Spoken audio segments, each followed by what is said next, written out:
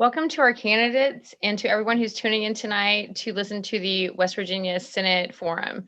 I'm Ashley Vickers. I'm the Executive Director of the Greater Greenbrier Chamber of Commerce, and I'll be your moderator for this evening's event, which is sponsored by the Greater Greenbrier Chamber of Commerce. We are a nonpartisan organization whose goal is to let the public meet our candidates for office and learn more about each of them and what they stand for without endorsing any candidate. I would like to add that our Meet the Candidate forums are not co-sponsored by either political party. We understand that our broadcast partner, News Talk 97.3, sells sponsorships for programming, but the forums are solely produced by the Greater Greenbrier Chamber of Commerce. Our timekeeper tonight is Ethan Sir. Each candidate will be allotted 3 minutes to introduce themselves. We will then alternate questions, swapping to who responds first and allow 2 minutes for each answer. Finally, each candidate will be given 2 minutes to conclude. Ethan will give you a 15-second warning sound, which we'll demonstrate right now. Can y'all hear that okay? We can.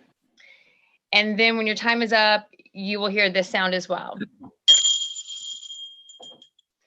Tonight we have Democratic candidate Bill Laird and Republican candidate Jack Woodrum.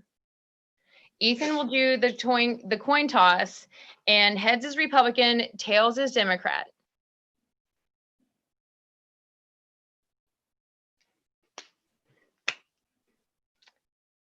It is heads. So, Mr. Woodrum, you'll be asked the first question after we get through our introductions. So I will let Mr. Woodrum start with your introduction. You have 3 minutes. Go ahead. Well, first of all, I'd like to thank the Chamber for hosting us tonight.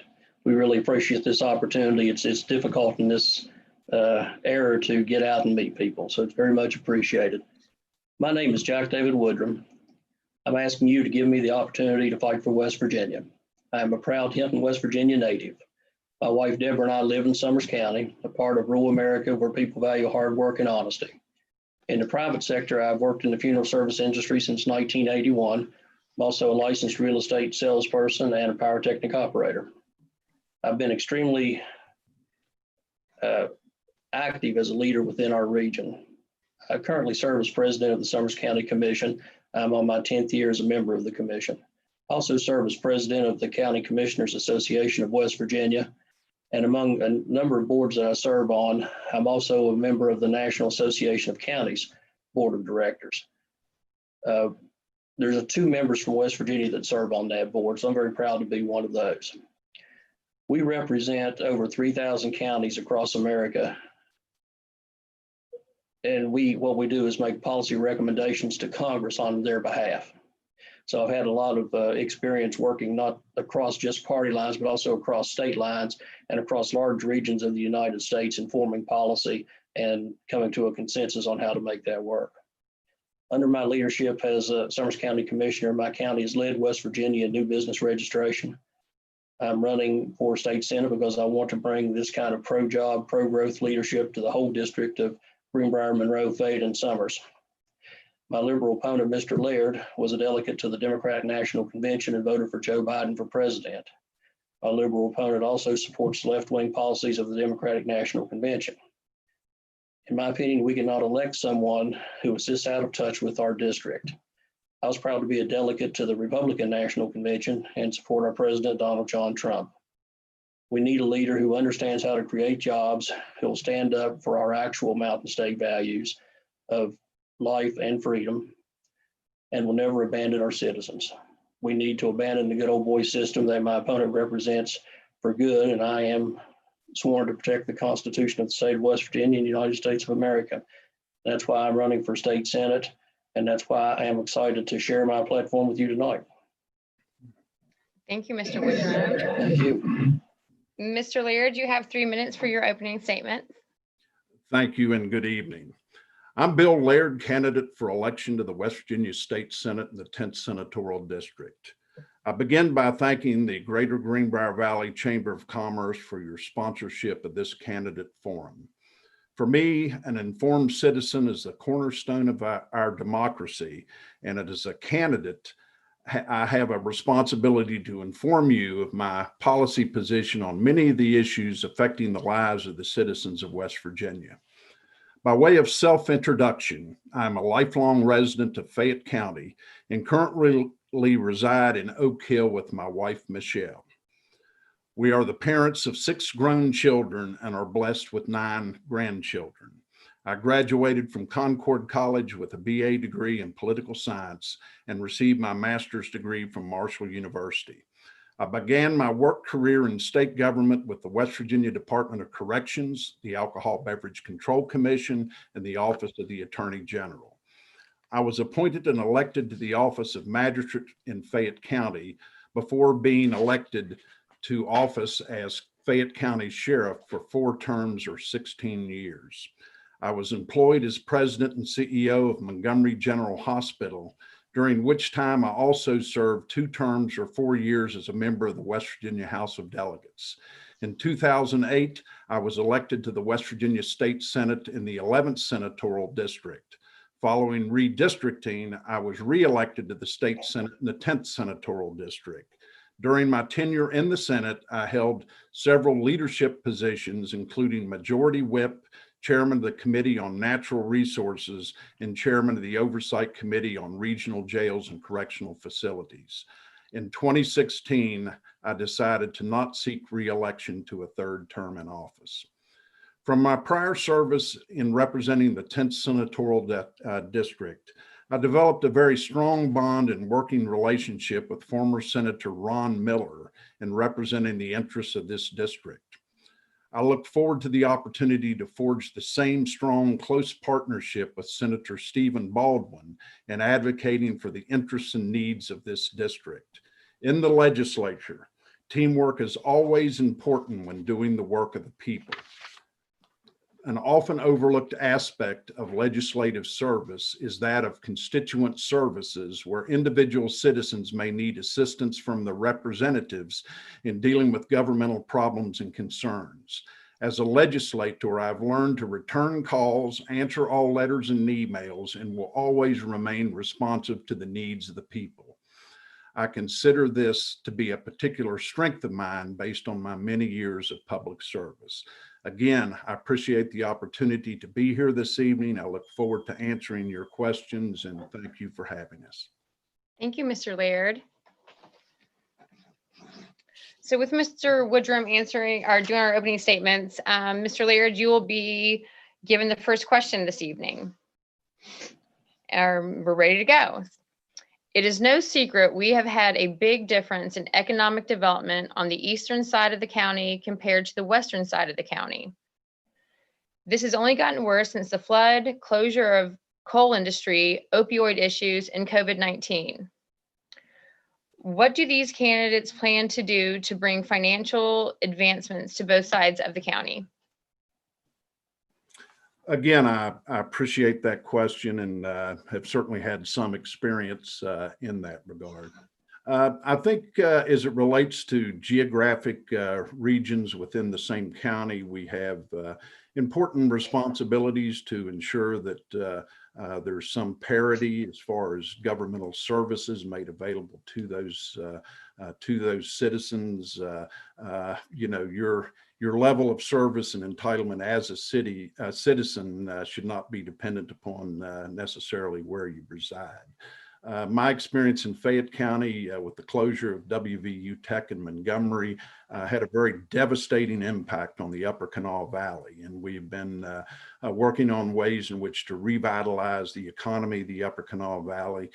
Certainly the flood, unfortunate flooding in the west end of Greenbrier County has posed the same types of challenges and difficulties. But when I think of Rainelle, I think of resilience, the spirit of those people. They are just, you know, highly motivated, want to, you know, advance their community in all ways possible. So again, I think it's important for local and state representatives to recognize those challenges, to seek to bring resources into those communities, grant opportunities, work in developing and addressing infrastructure needs, and certainly bringing in employment opportunities, attracting new business.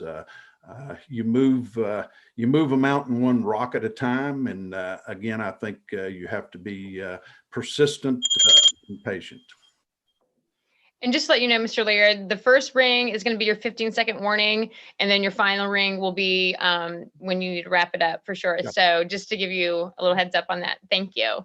Thank you. Mr. Woodrum, would you like me to repeat the question for you? No, I'll be fine. Okay. When it comes to these things, the infrastructure within our county makes a big difference. The one thing I always come back to is broadband. Broadband affects every aspect of our life. Right now, we have people moving into our region from cities. The available housing market over a great deal of the state is very low right now because we've had so many people buying houses. They're buying them sight unseen. I've talked to several people in the last week who've told me they got a phone call, they had their house on the market for 2 days and they sold it. These are people that are wanting to move in. Broadband is a key to that because these people are used to having high-speed internet. Business requires high-speed internet. Leading the news on 6 o'clock tonight, you're going to see an investment in broadband in West Virginia, spearheaded by the Republican Party, a $1 billion investment in that. This is the kind of thing that's going to bring all of our communities forward. Our property values are going to increase, and we're going to have more people and more business moving into our region. Thank you, Mr. Woodrum. So we're going to stay with you on the next question. How do you plan on upholding and protecting LGBTQ rights within our community, and where do you stand on the Fairness Act? Mr. Woodrum. Well, I don't know that so many of these are local decisions as they are federal decisions. I don't, I have a number of friends within that community. When I talk to them and I ask them, where are the problems? And they're telling me there's not really any issue. So a lot of the things that we're seeing, I believe, are driven by political agendas more than they are realities on the ground. I've been around the community for several decades now. Have a lot of great friends within the community, and I've failed to really see much of an issue out there on the ground. I'm sure others may differ, but in my opinion, there's not a great deal that really needs to be done. And now, when it comes to how these issues affect business, I will take a stand on that. I don't like putting businesses in jeopardy because of these political issues. I think we need to protect our business and protect those people that run it and allow them to run it in a manner that they see fit. Thank you, Mr. Woodrum. Mr. Laird, would you like me to repeat the question for you? No, I think I'm fine. Again, I think, equality and fairness are fundamental principles that really become part of a person's core values and beliefs. And I very much so believe in fundamental fairness, equality, and non-discriminatory treatment as it relates to virtually all aspects of life. Certainly fair housing, non-discrimination on the workplace. Those are all, I think, issues that people need to be properly protected from, irrespective of your gender, your sexual orientation, your religious values. Those are important to me. So I think I stand strong and firm in the protection of the fundamental rights of persons, the principles of equality, and I would maintain that in my review and consideration of any matters brought before the West Virginia legislature. Thank you, Mr. Laird. And this will stay with you. In West Virginia, open carry is legal with no permit to have a license to carry a firearm if 21 years old or older. Do you support our current concealed carry laws? Question to me? Yes, sir. Absolutely. As sheriff of Fayette County for 4 terms or 16 years, it was a duty and responsibility of county sheriffs to make sure that the the conditions for licensure, the issuance of concealed weapons permits, every one of those that came through my office, those licenses I personally signed and issued. I am strong in my beliefs in the fundamental value and strength of the Second Amendment, and it's part of our culture. I'm a lifelong sportsman. I routinely, recreational shoot firearms. So I think concealed weapons permits, if properly issued, are the law of the state of West Virginia, and I'm satisfied that the background checks and those standards that go in to meet the conditions of licensure are properly administered by the duly elected sheriff in each county. Thank you, Mr. Laird. Mr. Woodrum, would you like me to repeat the question for you? If you would, please. Not a problem. In West Virginia, open carry is legal with no requirement to have a license to carry a firearm if you're 21 years old or older. Do you support the current concealed carry laws? Well, in your statement, you said open carry, but the law we're talking about is concealed carry. Open carry is a constitutional amendment. Concealed carry without a permit is the current law, and I support that. And you also need to understand you can get a concealed carry permit, which is more like what Bill was talking about, where you have the background check and you meet these training requirements. To leave the state of West Virginia, you really need that concealed carry permit. The minute you cross the state line without it, you're in violation of that state's laws. So the concealed carry permit will grant you reciprocity with the states around us. The other thing I really like about that is the training aspect of it. I think if somebody's going to carry a gun, they really need to be trained. They need to understand what the laws are. It's going to keep them out of trouble, first and foremost, and it's going to, I think, help define the points that they will consider using a firearm. Taking a gun out and waving it around is a crime. You just don't do that. People need to understand those things. I'm fine with concealed carry without a permit, but I recommend that everybody that has an opportunity to gets a permit and gets the training.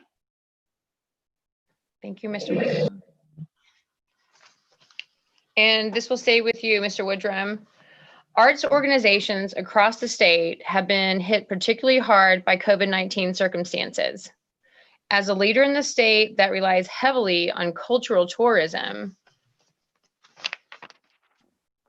what specific legislative efforts would you advance to support these institutions? I don't know. I don't personally have any legislation in mind that will support these institutions. We support them as a state through the Division of Culture and History. I'm very, very supportive of them. They've been a great thing in my county, especially with children. We have so many kids participating in it that they have to draw straws for which performance they're actually going to be in. So I found it to be a great thing. It keeps kids busy, keeps them off the street. And we have some great artists in our state. If someone has some legislation that will help move it forward, make it more attractive for these folks to be able to sell their products or showcase their products, I would be very happy to try to help them make that happen. Thank you, Mr. Woodrum. Mr. Laird, would you like me to repeat the question? If you wouldn't mind, please. Not a problem. Arts organizations across the state have been hit particularly hard by COVID-19 circumstances. As a leader in a state that relies heavily on cultural tourism, what specific legislative efforts would you advance to support these institutions?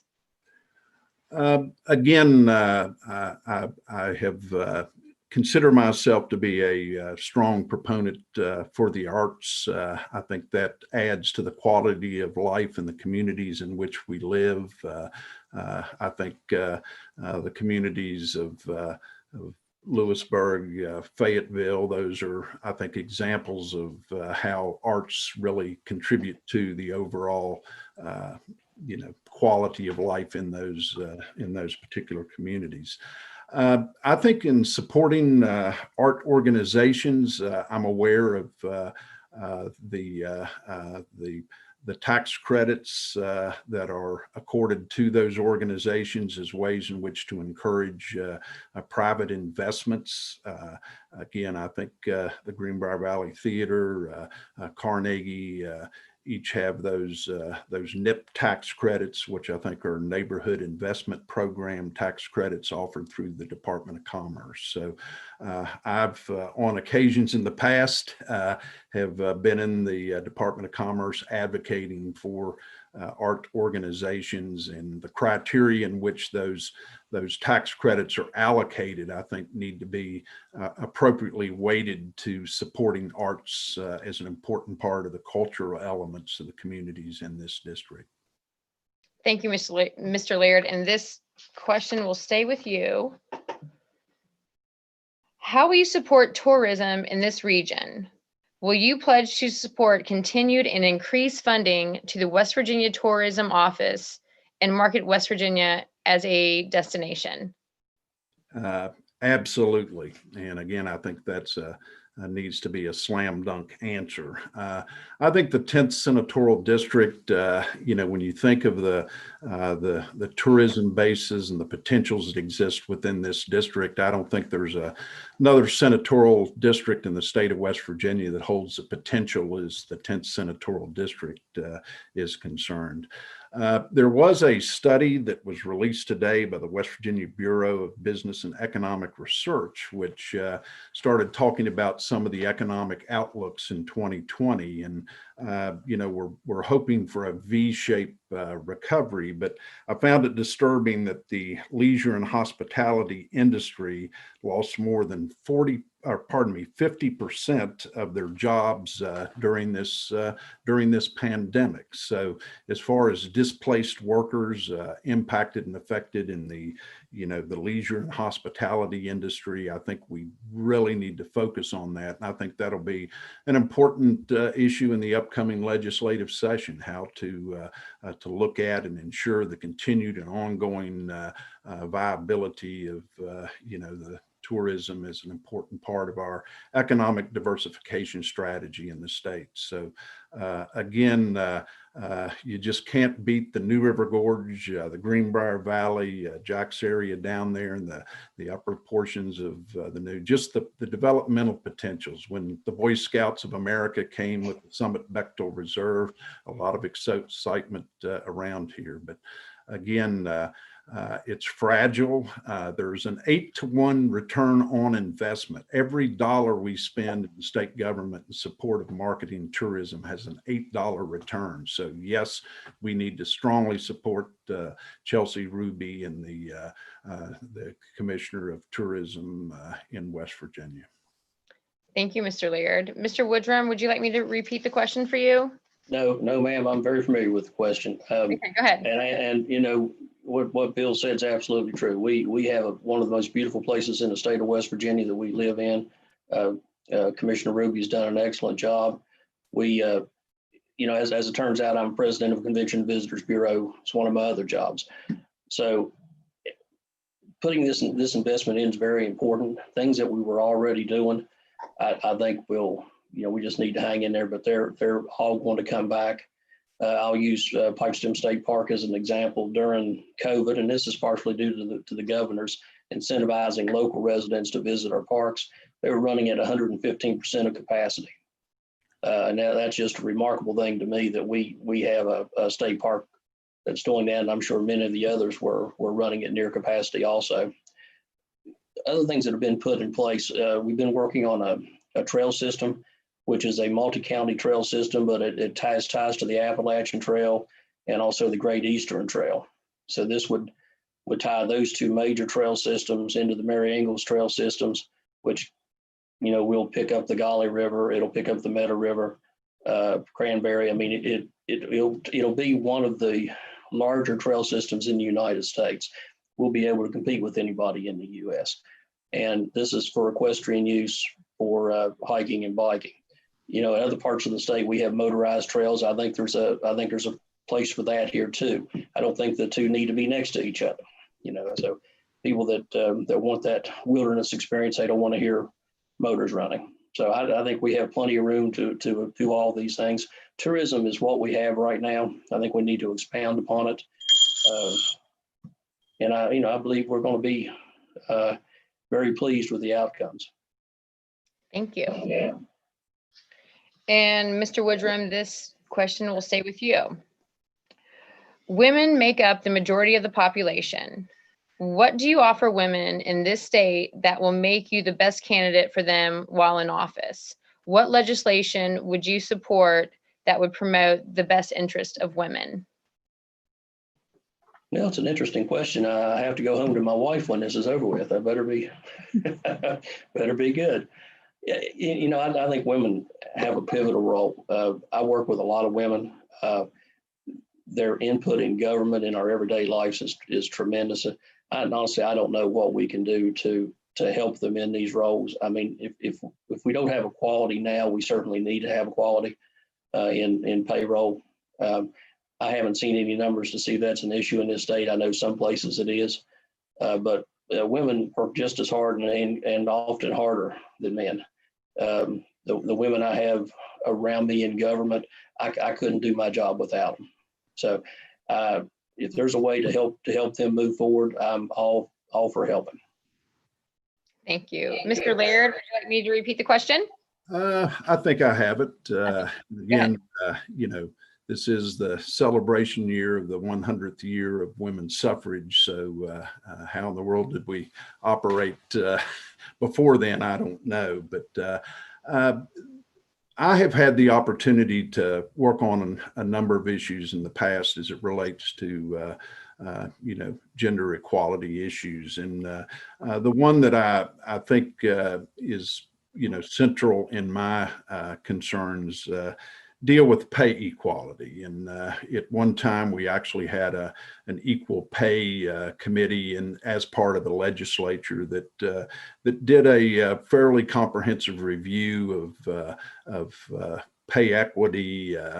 Is there comparable pay for comparable work, or is there gender-based inequalities that need to be addressed? And it's been some time since I've looked specifically at those differentials, but pay equality is I think equal pay for equal work is just fundamentally fair to me. And I think that's certainly as it relates to those persons employed by our state government, we have a responsibility to ensure that those work-based equality conditions are in place. And again, I think we have to ensure that we have workplaces that are free from harassment or other types of acts of intimidation. But again, they are more than an integral part of our state workforce, and certainly that's an issue that we need to always be attentive to. Thank you, Mr. Laird. And the next question will stay with you. What ideas do you have to return our children to school safely and full time? Very good question, very timely question, and certainly something that's in the forefront of a lot of parents' minds. I think we're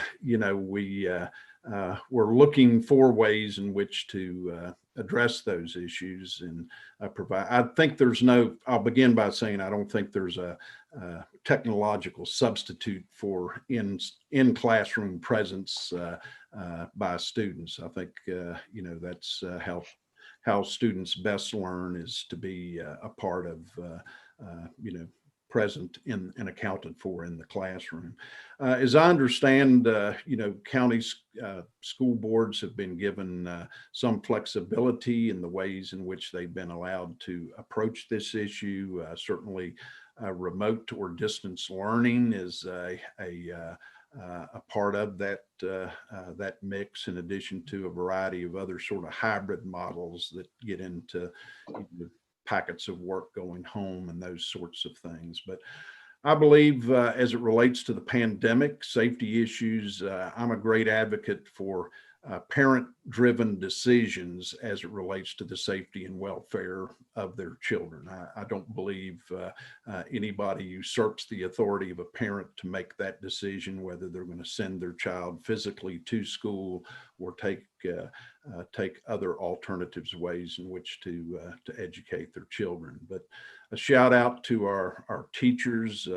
They are joined the ranks of essential personnel that I think we saw, during the height of this pandemic in the spring. These people are heroes. They put themselves out on the line, and thank goodness for our teachers, school service personnel.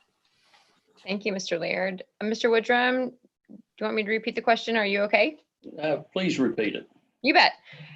What ideas do you have to return our children to school safely and for full time? Well, if I had that idea, I'd be doing great.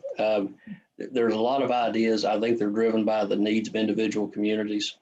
My concern is that we're going to have a lot of students that are going to be left behind. That's the first thing I come around. My wife's a middle school teacher. I have this conversation every day. The system we have, it's going to work for some, and there's others that, for whatever reason, aren't going to receive that help they need or encouragement at home to keep up. I understand people want to keep their children safe, but at the same time, you go to Walmart, these kids are out there, they're everywhere else. At some point, I think we need to put them back in school. I don't think we need to do it before this flu season. I think maybe first of the year. At some point, we may, if the numbers and science sort of back it up, we may look at putting these kids back in. They lost a big chunk of last year. They're going to lose a big chunk of this year. They're trying to get a year's worth of curriculum in half the time. It's just a really tough situation. And it's not a situation that we can continue with for much longer, in my opinion. I think there's going to be a point we're going to have to learn to live with this illness, and hopefully there's going to be a vaccine or some additional treatments, but I think we're just going to have to go back to life as we once knew it as best we can. Thank you. And this will stay with you, Mr. Woodrum. That sounded weird, didn't it, a little bit? What can you do to try to bring new business to this area? Well, the internet issue, that's a big chunk of it, but we circle back around these trails that I spoke of. I think you have a lot of businesses. We get these laid in the ground that'll spring up to support the people that are utilizing these trails. The people that'll come here to do this, the mountain bikers, the people riding horses, they tend to be fairly affluent people, and they spend money when they travel. Hikers are more self-contained. They don't require a whole lot as they pass through, but some of these other folks, they do need community support, when they're here. So I think there's some of these tourism-based things we can do, especially if you get over into the motorized business. We have portions of our state that are surviving on that right now. So I think there's no reason we can't bring some of that into our portion of the state. New businesses, I think we just need to continue to do what I think has been successful in Summers County. Our Convention Visitors Bureau has done a wonderful job of just talking about how great the region is. They're constantly pushing this information out.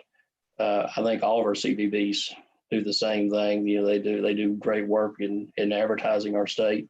I think people are looking for that. They want to get out in the country. They want to get out of the city, but we have to have the infrastructure in place that they need to be able to work when they're here. I'd said earlier that we lead the state in new business registration. Most of those are internet-based businesses. I'll say mom and pop, but they're working out of their garage, working out of their house. You got a husband doing one business, a wife doing another, and it's internet-based. And we've been successful at that, and it just continues to come. People moving from Florida, moving from different places around the country, and they want what we have. We take it for granted because we see it every day, but they know how special it is. Thank you, Mr. Woodrum. Mr. Laird, would you like me to repeat the question for you? I think I have it. Again, attracting new business to the state. I think you need to look at, what are the needs and demands of businesses that attract and locate into our state. It's a very competitive process when you seek to attract new business and industry to an area. And certainly the Development Office, the Department of Commerce, those are the areas in government tasked with that responsibility. I'm a big believer in the strength of our community and technical colleges as it relates to a well-trained workforce. One of the statistics that I always keep a pretty close eye on are our workforce participation rates in the state of West Virginia. And unfortunately, that is not consistent with what the national average is. We need to find ways in which people can be encouraged to enter or re-enter the workforce. I think substance abuse and addiction has impacted that in addition to a lot of other variables. But again, workforce readiness, community and technical colleges that align training and education to the needs of business and industries. I think companies are more likely to locate if they feel confident they have a stable workforce. Also, I think, Jack has mentioned broadband. I think this pandemic has shown us that, operating as far as remotely is the future. We have a lot of potential for inward migration. Our quality of life here in West Virginia, this is the type of area people would like to relocate if we had the broadband infrastructure. Thank you. Thank you, Mr. Laird. All right, Mr. Woodrum, do you believe the lottery is a regressive tax that adversely affects the poor? I can't say that it doesn't. I don't think the lottery is going anywhere, but sometimes I question our judgment on basing part of our revenues that we run the state on gaming. And lottery was the beginning, working more towards table games and those type things. And what we've seen now, which was what was predicted, I think it's been 30 years ago now, is that when the neighboring states start offering the same thing, then we're going to lose revenue. Well, that's where we're at right now. We're losing revenue. And that revenue is set up to support our school systems, our senior centers. We have a lot of things within the state, and that was the funding mechanism. So that's going away. I've seen, we were talking about lottery, but I think it's a little broader than that. We had the old gray machines, we have a more traditional gambling, all that's taking place in our state. And it does devastate families. We have people that have gambling addiction, and their kids will go without Christmas presents, without food. So these things do exist. And I find it unfortunate that that's where we're at, but I don't know that we're going to be able to eliminate them at this point. Thank you. Mr. Laird? Again, good question. Something I have a little experience with. I served twice on the West Virginia Lottery Commission, once as chairman when Governor Caperton was in office, and more recently, Governor Justice appointed me to the State Lottery Commission. But again, the revenue derived, from lottery proceeds have become an essential element, basically, of the state budget process. The appropriation of lottery revenues and excess lottery revenues, the pill was swallowed long ago, I'm afraid. And again, I think it's important that that gaming be conducted appropriately in the state. I've always had concerns, and have had some experience with gaming addictions. It's very tragic when you see people that cannot afford to engage in that choose to do so. But it's generally viewed as being voluntary. People are complicit in their own decisions with respect to lottery. But I like the idea of having a revenue base that's generated more as a result of economic commerce rather than discretionary income and what people decide to spend or not spend in buying lottery tickets or operating gaming devices in casinos in West Virginia. Thank you. All right, Mr. Laird, we'll stick with you. COVID-19 is on the rise in West Virginia and threatens the health, safety, and economy of our state and nation. What steps have you taken personally to protect the health of your family and community? And what steps do you think the state should be prepared to beat this virus? Okay. Again, you know, I think the unprecedented nature of this pandemic, the first thing I undertook in learning of this, its emergence from China, was to do a little bit of research on the Spanish flu, and I'm a little bit of a history person. I like to see patterns, but I think my conclusions all along, I understand and respect science. I think a lot of what is occurring within the context of you know, the overall political exchanges, and people you know, have sort of dug in one way or the other concerning their beliefs. But I have you know, deferred to the good judgment of scientists in you know, making those decisions with respect to me and my family. I do you know, respect the rights of others. I think the thing that this impacts particularly vulnerable persons in our nursing home, assisted living facilities. I had a mother-in-law living in an assisted living facility that we were unable to have you know, direct contact with. So that's very difficult, but necessary. So I think as a state, we continue to monitor. I think the color-coded alert system is important as it relates to those standards of safety in the 55 counties throughout the state of West Virginia. So we stay diligent, follow the science, and protect ourselves and our families. Thank you, Mr. Laird. Mr. Woodrum, would you like me to repeat the question for you? No, I'll be fine. I tell you, I've taken sort of a common sense approach: mask, hand washing, hand sanitizer, carried in all our vehicles. I have sort of broad range of experience. I've been a member of the Board of Health for many years. My father was a doctor. I'm also board of directors for a nursing home. So I have all that. And the one thing I come back to that I paid a lot of attention to is courthouse. So as a county commissioner, especially during an election season, we can't afford to lose the courthouse. So I've worked not only with my county, but with the association, counties across the state. We've implemented, closed our hours down. We've eliminated contact as much as possible, found other ways to serve the public. And that's something that we've had to do.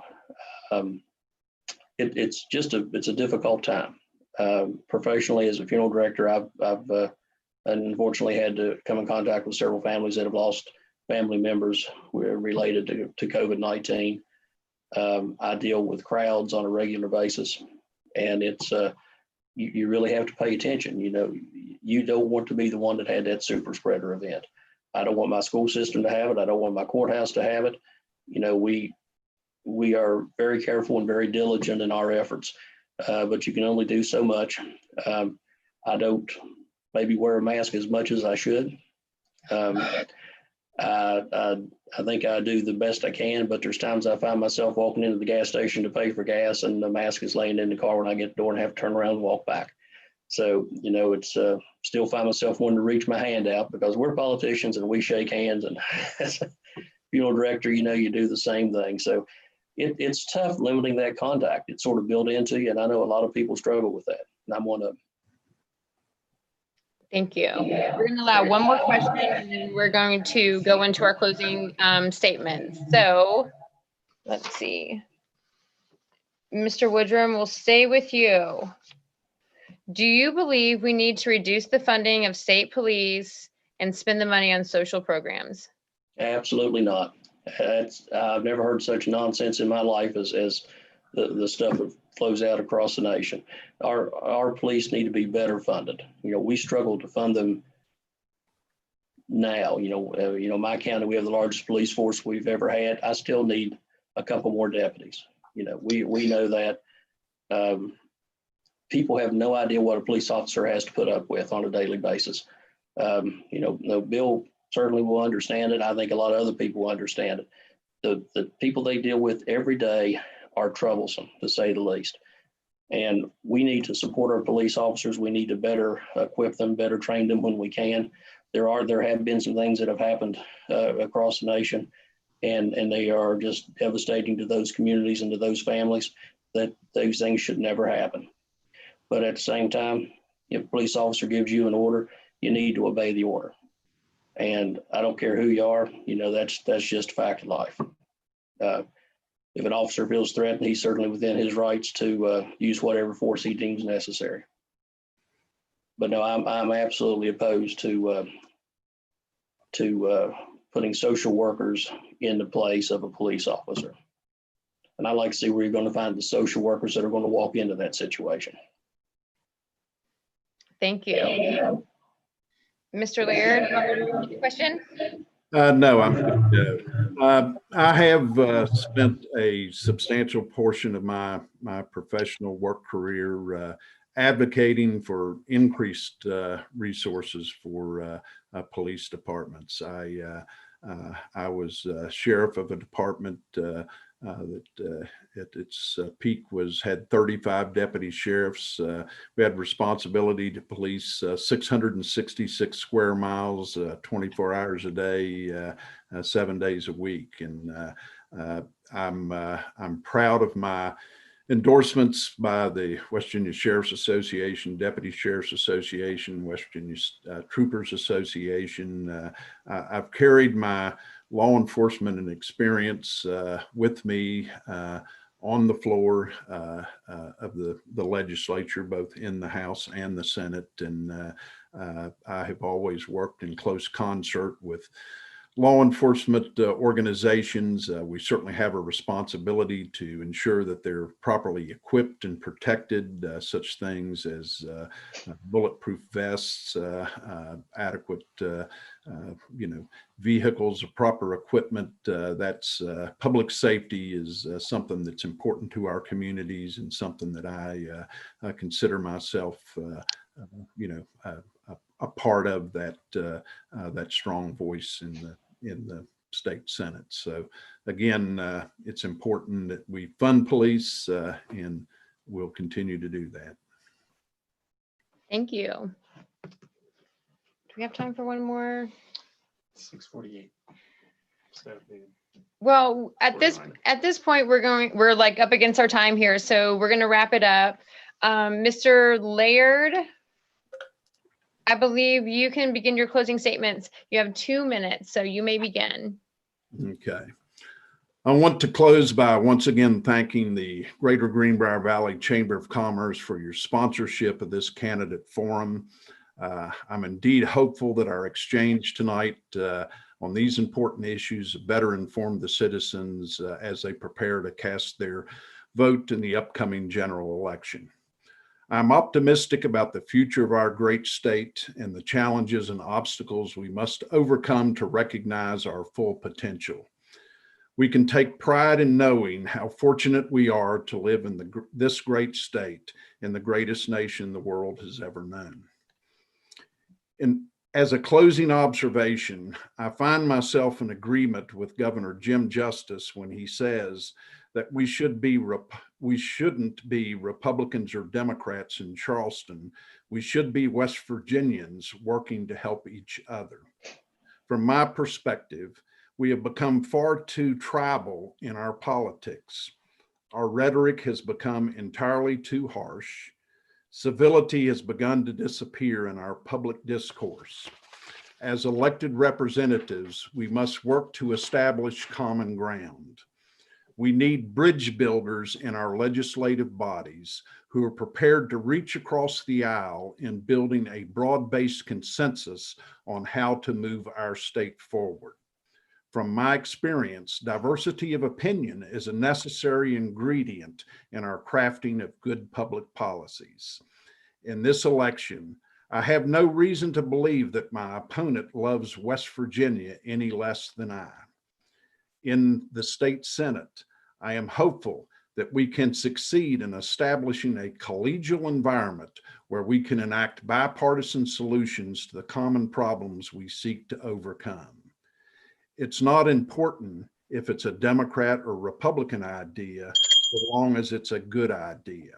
I'm not at all interested in going to Charleston to join a political party caucus. Rather, I hope to take my seat on the floor of the state Senate as a strong voice for the people I have been elected to represent. Thank you. Thank you, Mr. Laird. Mr. Woodrum, you have 2 minutes for your closing statement. Thank you. Once again, I'd like to thank you for the opportunity to be here and to allow me to share my vision tonight for the district. I'm honored to be endorsed by Senator Shelley Moore Capito, our current state senator, Kenny Mann, the Business and Industry Council, the Chamber of Commerce, the West Virginia Trucking Association, the Oil Marketers and Grocers Association, the Family Policy Council, and others. I'm extremely proud I have the highest grade that I can have from the NRA, and I have solid grades from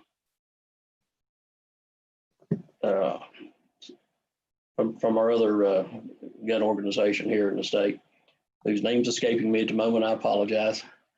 I also have been endorsed by West Virginians for Life, which is extremely important to me that we protect the unborn. We have an opportunity under Republican leadership to make West Virginia greater than ever. Just today, I'm still in Charleston. The governor announced a $1 billion broadband infrastructure project coming to our state. And this is an announcement I was honored to take part in, and I believe we're on the right track here in West Virginia. We need proactive conservative leadership to fight off radicalism that threatens our region and provides a brighter future for our children. I'm the only pro-life, pro-growth, pro-gun, and pro-Trump candidate in this race. I ask all of you to go to my website, woodrum4wv.com, to learn more about my extensive background. We must stand united against radical liberal agendas that promote socialism, abortion on demand, gun control, and Joe Biden. I will be your advocate, and I want to thank you all for this opportunity here tonight. You bet. And just to be clear, your endorsement was by the state of West Virginia Chamber of Commerce, not the Greater Greenbrier. I just want to make that totally clear. Full disclosure. Thank you. Okay. Thank you. All right, gentlemen. Well, thank y'all for being here this evening. I appreciate y'all taking the time. And to all the candidates that have participated this week in our candidate forums, we appreciate y'all. Big thanks to Ethan, sir. You can't see him, but he has done everything for us this week to get us up here and being on YouTube, and to Radio Greenbrier News Talk 97.3. We appreciate your partnership. Thank you so much. We appreciate you guys, and wishing y'all all the best. So thank you very much for being here. Best of luck, y'all. Thank you. Thank You bet.